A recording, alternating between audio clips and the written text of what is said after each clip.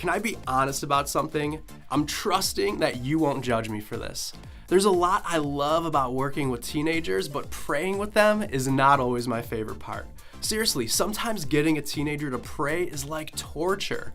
Does anyone want to volunteer to pray? No. Does anyone have a prayer request? No.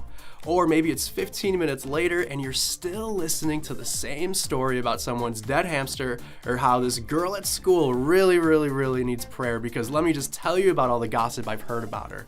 Especially when you're pressed for time, it's easy to either skip over the prayer or wrap things up with a quick 3-sentence prayer and call it a day.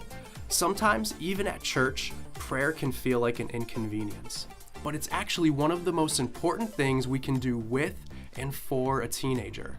Prayer isn't just an obligation, it's an opportunity to show students how easy it can be to talk to the God who made them. Taking prayer requests isn't just a ritual, it's a way to hear what's going on in their lives and what's worrying or stressing them. Even if their most pressing request is for their grandma's cousin's sick cat or the big test they have, that's actually a great start. Jot it down in your phone, set a reminder to text them later, and then follow through. So here's a tip: take prayer seriously. When you give it the time and attention it deserves, you'll not only learn more about the teenagers you're leading, you'll be modeling for them what it looks like to engage in regular conversation with God. And that's a really big deal.